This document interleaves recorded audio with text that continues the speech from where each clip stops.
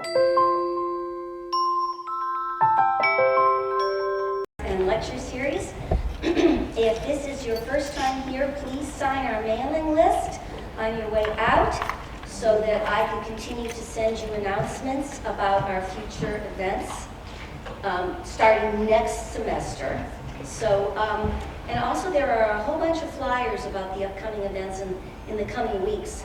So before I introduce our wonderful performer today, I want to say a few things about what's coming up. Next week, I know we're very close to elections. We have elections on Tuesday. And on Wednesday, we have a poetry reading by the man who read a poem at Barack Obama's inauguration, second inauguration. It's coming here.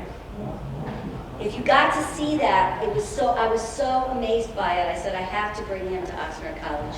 And we managed to get him. So that's going to be pretty amazing, and he'll have books to sell after he does his reading. So you want to come in for that. And then we have one on Latino immigrant healthcare, and then we have someone doing masks, and we'll end the series with students performing or doing a presentation. So this particular flyer has everything on it. Now we're very excited today to have Rachel Flowers here. Come on down.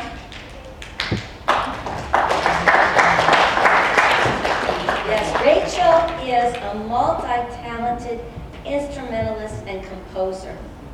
She's 21 years old, and she lives right here in Oxnard. 22. She had a birthday since I printed this. She lost her eyesight at 3 months old, and at the age of 4, she became a student of the Southern California Conservatory of Music, where she learned Braille music and adapted computer music applications. And her awards, she's gotten so many awards, both classical flautist and jazz pianist. And it includes the John Philip Sousa Band Award, the Marine Corps Semper Fidelis Award for excellence in music, and first place in the Ventura Music Festival, and 2011 Student Jazz Competition. In 2005-2008, she was featured in 2 segments of 60 Minutes about the Music Academy for the Blind in Los Angeles. And this is part of the best part is she's going to perform for us today. But we have a real treat in store for you. After she performs, she is going to show us some clips from a new movie, a documentary about her called Hearing is Believing. And the director for filmmaker is here. He's going to come up and introduce the clips. And then right afterwards, Lorenzo, and Jeannie, Rachel's mom, and Rachel will all come up here. And they'll do a Q&A for us. Lorenzo, am I saying right? DESTEFANO. Yeah, okay, so we went, and Jeannie Flowers and Rachel Flowers. Okay, so with all that said, let's give Rachel a very good round.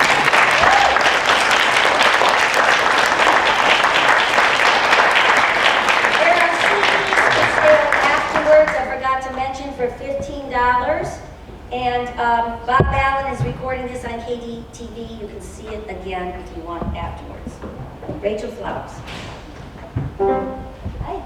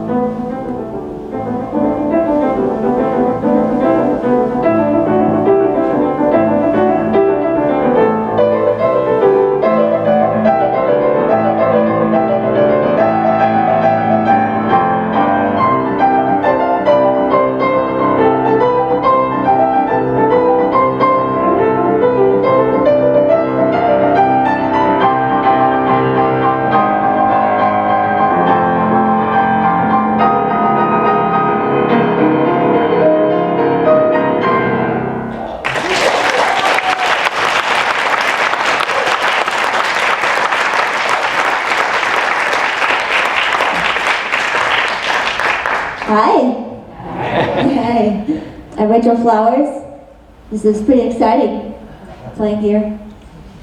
That was a piece by a classical composer by Jen Estera called the Stancha Suite, and that was an arrangement by one of my favorite keyboard players. Today would have been his 72nd birthday, Keith Emerson, from the band Emerson, Lake and Palmer. So, yeah. I'm going to play a lot of songs in his memory and keep his legacy alive. And he was one of my biggest influences, in not just in keyboards, but a lot of taking classical music and bringing it into a jazz or rock setting. So it's pretty cool. Pretty good. So yeah. Yeah. So now I'm going to play one of my original compositions. This is off of my first CD, which is here, and it's called Listen. That's the name of the CD. I played all the instruments and wrote all the pieces. So this is a piece that I titled it Greg's Favorite because I played it for Greg Lake, he's one of the guys from Emerson, Lake and Palmer, which was band from the 70s. But I played some piano excerpts one time, and he liked this one a lot, so I called it Greg's Favorite.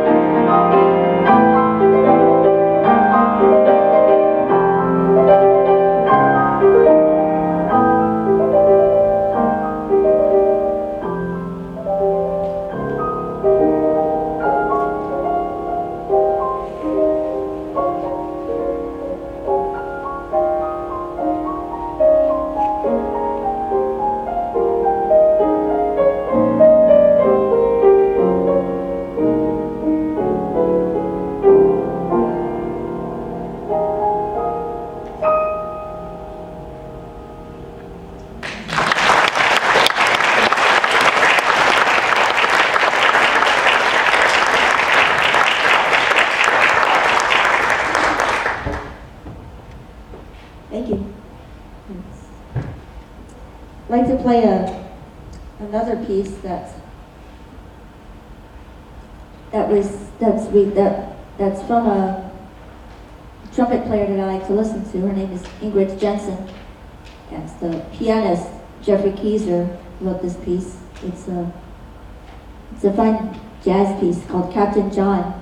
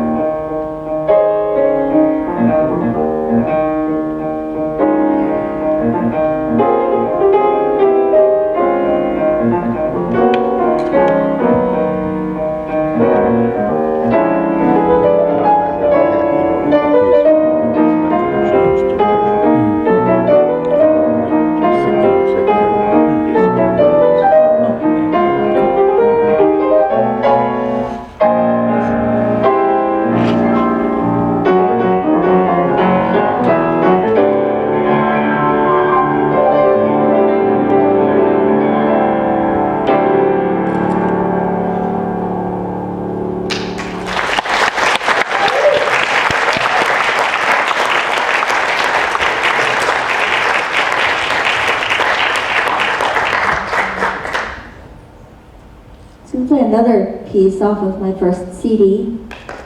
Yeah. Pretty exciting. This one was pretty wild. I had this dream one night, and in the dream I sat down at a piano, and I wanted to challenge myself to write a piece of music in a key that I don't normally play in. So the first line happened, I was just like sitting down at the piano, and I was like, and I was playing very quietly.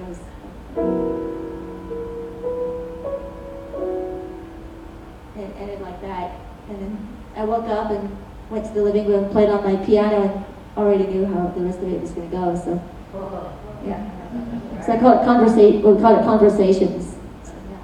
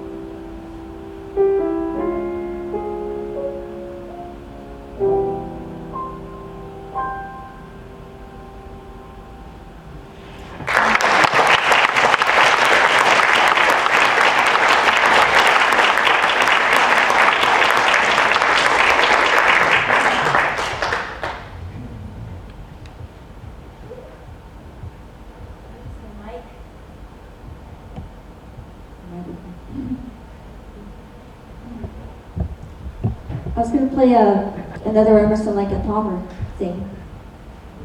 Yeah.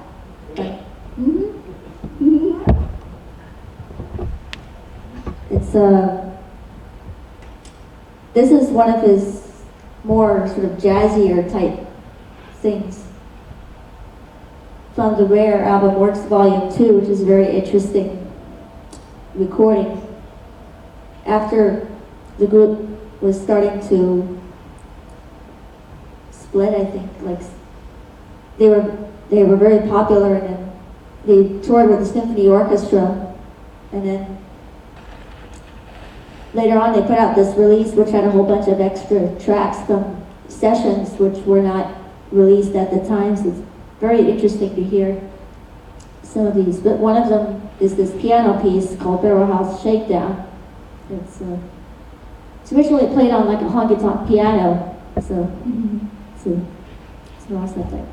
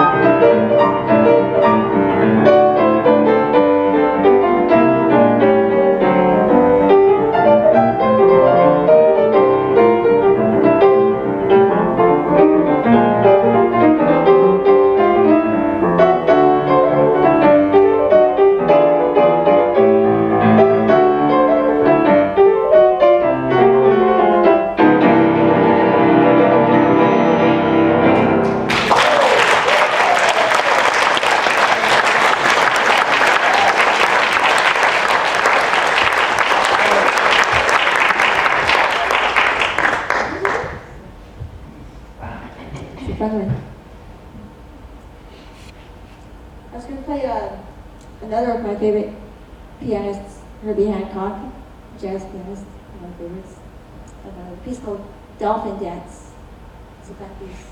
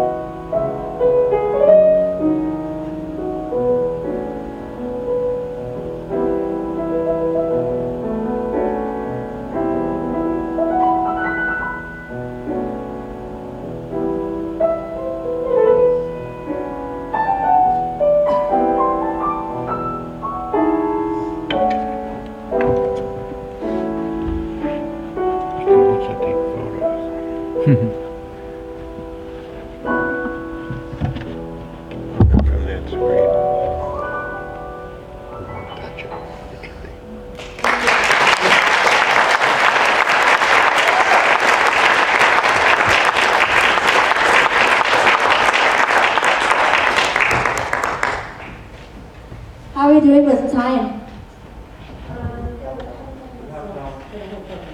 Okay.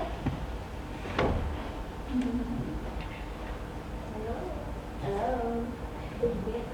Grandma. That was her grandmother just came. Play a Debussy piece that I like. Arabesque. E major.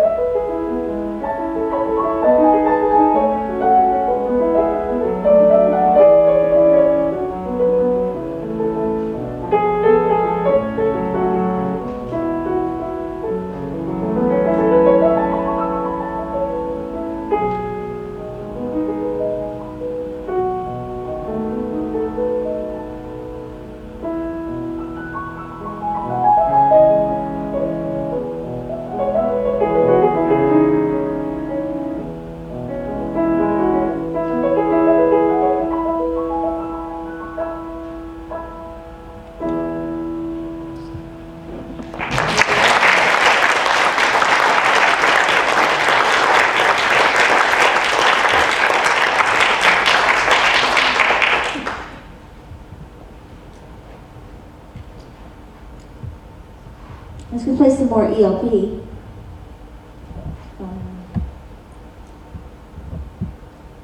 The early days, 1960s. going to play a solo piano arrangement that I came up with this song. And it's by one of his earlier groups called The Nice. The piece is called Azrael. It's an interesting sort of jazzy type piece.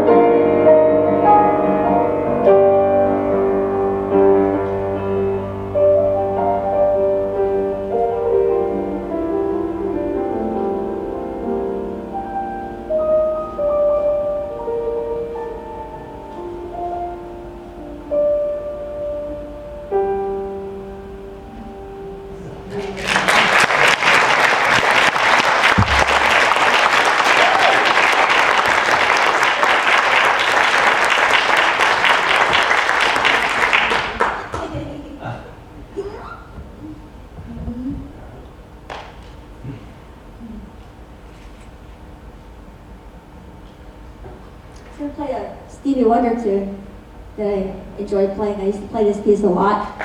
Yeah. Yeah. It's from one of his early recordings. It was the start of his classic era. He played all the instruments, and this song, he had a guitar player on it, but he played the other instruments he played. And I used to play this song a lot. It's like two songs all together. Superwoman and Where Were You When I Needed You.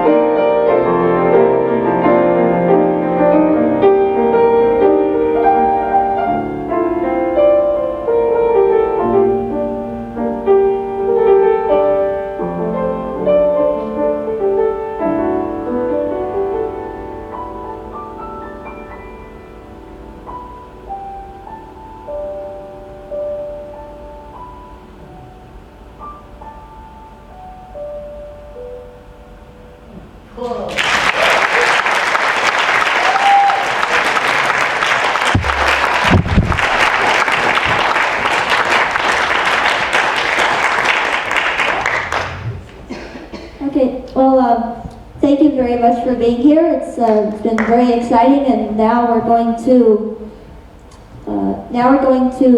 check out the trailer for my documentary, Hearing is Believing, and Lorenzo DeStefano is the guy that did the filming on it. So, hope you'll still be here. So, thank you.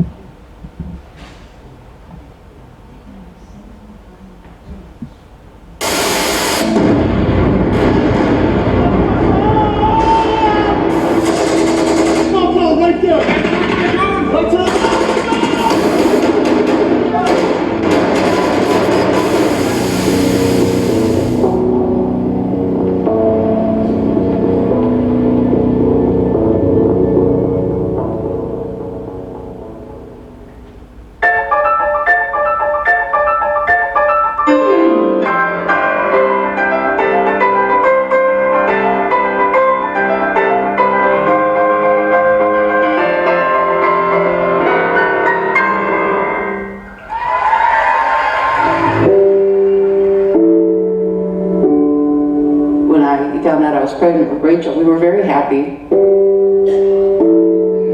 went into premature labor, and she was born 15 weeks premature.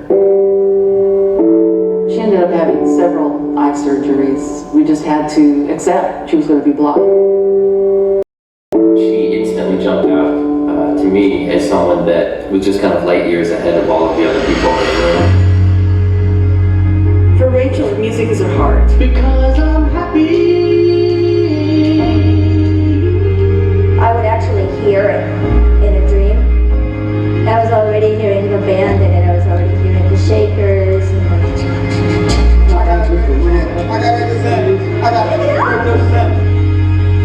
She's just freakishly talented, just unbelievably talented. I'm blown away by her ability. Rachel Flowers. Who are you? Who is this person? She's like a legit product.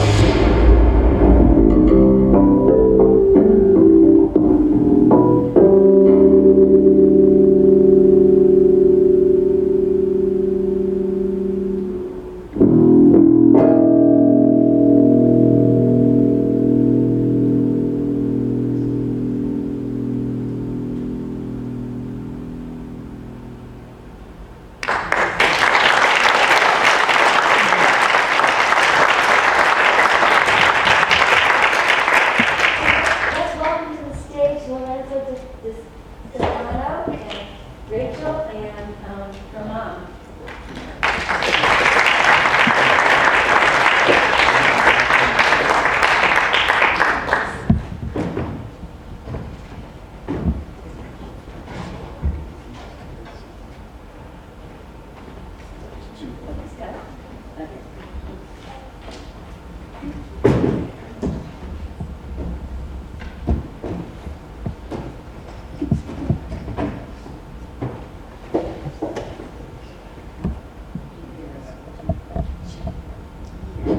Hey everybody. As Rachel would say, how you doing? So that was a trailer for Hearing is Believing, film. Well, first of all, you know Rachel and Jeannie are from Oxnard. We live in Oxnard. So they didn't have to drive too far for the gig today. Kind of nice. To change the pace, huh? We met January 18th, 2014 at Squash Grapes, a club in Ventura. A friend of mine, Hans Otzen, the guitarist, who Rachel was in his group at the time, said, you better come down and check out this young lady. And we did. And I'd made some music films before. I had sort of sworn off it as a difficult genre in terms of commercially, getting it out there. But after a couple of months, we figured we should probably just do it. Because Rachel she was 20 at the time. Now she's 22, and be 23 in December. So we spent We filmed for 53 days over a 21-month period. So the film, as you sort of can see from the trailer, has a scope to it, which normally you wouldn't have with a small story about a small family in a small town. But there's something epic about Rachel's story and the family story that connected with me. And I'll let them say a little bit about the process, then we can answer some questions if you have.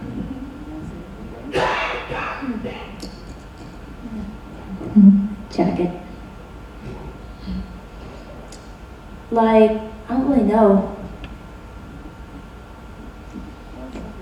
It was an interesting experience just having the film crew follow us around. I had been, people had told me since Rachel was small, oh, you should take her to these TV shows, or you should write a book, or like I had time for that, you know.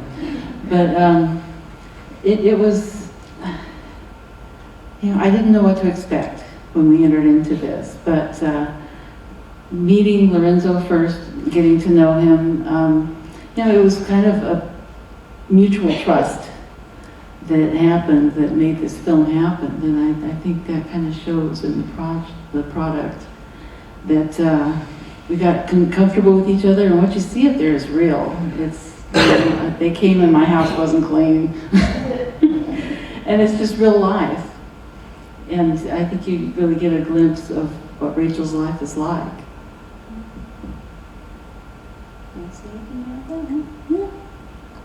A lot of my musical people, like Taylor Ikesty, who's the guy that was talking in the film, a lot of other people, but filming me going to like self-defense class, that was wild. The thing that was very exciting about my favorite part of doing the film was getting the idea to actually have certain things happen, like meeting Frank Zappa's son Dweezil and actually getting to play in his band one time in Vegas, which was a lot of fun. And then having a youth symphony orchestra play one of my pieces, that was pretty exciting to have that and have that filmed, and the process and that kind of, I think without the film, I don't know if those things probably would have not happened or something, so. I honestly, I think they would have happened. It just kind of helped to speed things up a little. Yeah, you know, it's a process of documentary filmmaking. The difference between that and, say, reality television, where the people are kind of pushed into certain situations for the camera, you know, for sensationalism. Whether it's the Kardashians or this kind of world, you know. That's not what we're about here, you know. Right, Rachel? Yeah. That would be a misuse of trust, you know. It's not what you call a scalpel job where you get to know everything, but you know, this is a part of phase in her life. I think someone's going to make another film about you in about 10 years, and they'll have to buy all my footage. And I'll charge them a lot.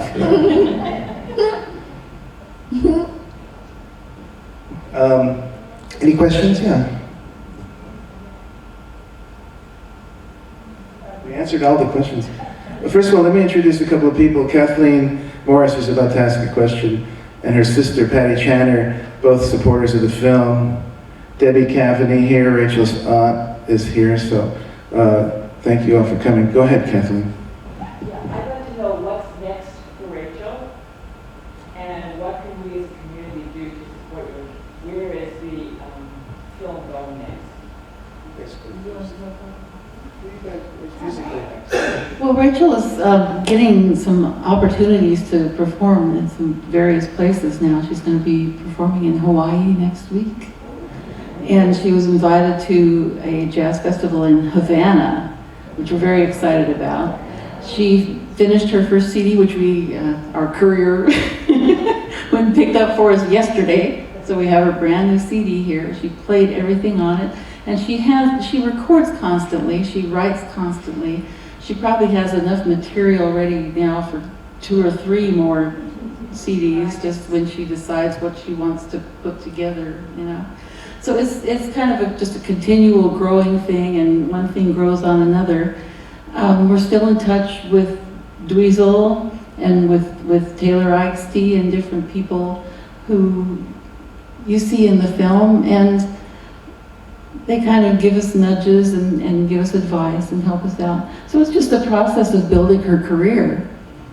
And I'm kind of learning as we go about that. You want to say anything about that, huh? Not really sure. I just know it's pretty exciting getting the CD out and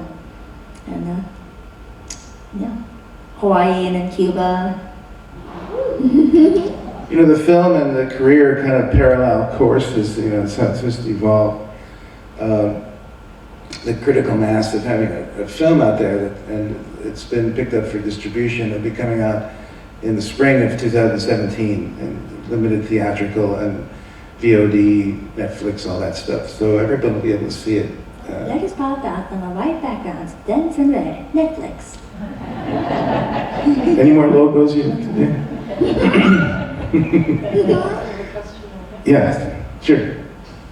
At what age was Rachel when she picked up her first instrument, and what instrument was that? Piano. 2.5. Picked up She had to kind of climb up to get, so she was having to reach up like this to play. My hands are so small. Yeah, but you know, all I did was I showed her Twinkle Twinkle Little Star. I just took her tiny little hands, and, you know, and she just caught on to stuff. So, and she just kept going. Yeah, her dad and I are both musicians. Write songs. Yeah, and she was always around it. My mom and dad were musicians. And Grandma's right here. Yeah. my Joy mom was Cavanagh, right Joy's a here. musician. Hi, Joy. Yeah, she didn't have a choice. And Rachel's late grandfather, Frank, Joy's husband, was a country western. They had a band together. I think the family's all from around Grover City, Grover Beach, Arroyo Grande. A lot of music in the background there. Yes. Was that Stevie Wonder in the trailer? If it was, how was it like meeting him? Yep, that was Stevie. I got Rachel's hand. I got Rachel's hand.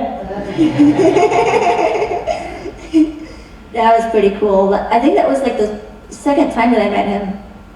You met him as a younger person. Yeah, I was like 9 when I first met him at the CSUN conference. At that same time, I met Ray Charles, and it was really nice. Yeah, that was pretty wild. That was like during a really crowded place at this music thing that I go to. They call it NAMM. It's this huge like place. They have a lot of music and instruments and equipment and like the latest technology and music. So, but yeah, that was wild meeting him again. Piano, flute, guitar, bass, sax, harmonica a little bit, ukulele, harp, lots. It was at that club, well, in January it'll be 3 years since I met them, so very fast for a film, in my experience, you know, very fast. So I think there's something celestial going on, you know, that put us together, and that the story was ripe for telling, and that, you know, I was able to pull my crew together. I live in Ventura, so it was a very easy shoot, you know, to come here. We went to Las Vegas, and we went then to LA and Santa Barbara. So it's really controlled locations, which is affordable, you know? Yeah.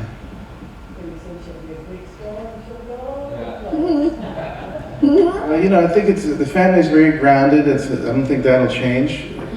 At this point, we're sort of doubling as music managers with Jeannie, trying to, you know, book things, the Cuba thing. I think these things, like you said, would have happened, not as accelerated maybe, but that's what we're here for. You know, we all work for Rachel, you know. Yes. Yeah, Rachel, you forgot the electric guitar. You were hot on that. Yeah. The Beatles outrun that band. Oh yeah, that was. Play with him again. I don't know. That was that. I don't know. Probably. That was. Dweezil has he always has people coming and sitting in. And so it's like if he's in town, he's like, oh yeah, come sit in, and you show up with your guitar. Yeah. Yeah, it was fun playing with him. He's very cool. Yeah. As you can see, there's a lot of genres she plays. I mean, in an hour you were taking a tour of, you know, that Barrel House one I never heard before. Yeah, that's a rare Wow. thing of his. It's one of his more sort of jazzier ragtime boogie woogie. Yeah. He loved that stuff. So, you know, a career in music is usually like, oh, you do this, you know. You're Beyonce, you do that. You're Adele, you do this. And when you break out of that, and that's one of the challenges is, you know, they will try to put Rachel in a box and she'll keep busting out of it, you know. So, one more question? Yeah. Yeah. Yeah.